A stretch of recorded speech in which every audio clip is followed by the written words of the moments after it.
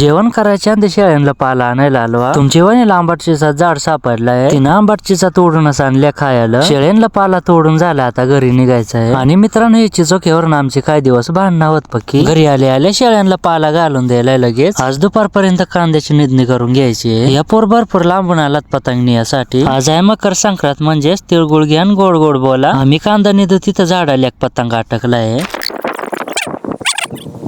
झाडावरून पतंग काढून झाली. आमची आर्यन बाळाची एंट्री झाली. आता या पतंग आर्यनला उडवायला द्यायचा आहे. पतंग तर ब्रँडेड दिसत. आर्यनला पतंग उडवायचा आहे, पण वाराची येत नाही. दाजी सांग उडत नाही, त्याला आपण शेपटी बसून उडवू. दाजीने पतंगाला शेपटी बसवल्या पतंग उडायला लागलाय. वारा जास्त ना, त्याच्यामुळे पतंग लगेच खाली पडते. आमची आर्यन बाळाला पण पतंग उडवते. आता घरी जाऊपर्यंत ठेवतो का कार्यक्रम करीतो काय माहिती. बसल्या बसल्या सगळे बघत पतंग खूप पडणार राहते. शिन्नर खूप भरपूर पतंगा तुटून येऊ राहिल्या. कांदा निंतो तिथ जवळच पतंग एक पडला. तुमची वहिनीला आणायला लावलात लगेच. घरी गेल्या पोरांना तर खेळायला होईल. परत 100,000च्या वारात पतंग पडलाय. तुमची वहिनीला आज आम्ही पतंगाचा नाही ठेवलाय. आज ब्रँडेड पतंग तुटून येऊ राहिल्या. आज सकाळपासून आम्ही 5 पतंगा गोळा केल्या. आता या पतंगा घरी घेऊन जायच्या. घरी नेल्या पोरांची किती भांडणं होता काय माहिती. तर मित्रांनो, आज आम्हाला सापडल्या 5 पतंगा. तर या पतंगा आपण घरी घेऊन जाणार पोरांना खेळायला. तर शिन्नर साईडनं भरपूर पतंगा तुटून येऊ राहिल्यात. भरपूर जमा केल्या दुसऱ्यांनी. आम्ही सकाळपासून 5 केल्यात.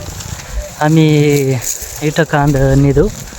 तर कांदे निता जेवढी आमच्या जवळ पडली ना, तेवढी आम्ही गोळा केल्यात. तर हे बघा, याच्यापेक्षा 2 मोठाले आहेत अजून तिकडे ठेवलेला. घरीत आलो पण पोरा खेळायला व्यस्त कुठेतरी. त्यांनी पतंग आणताना देखले असते तर पक्के पळत पळत आले असती.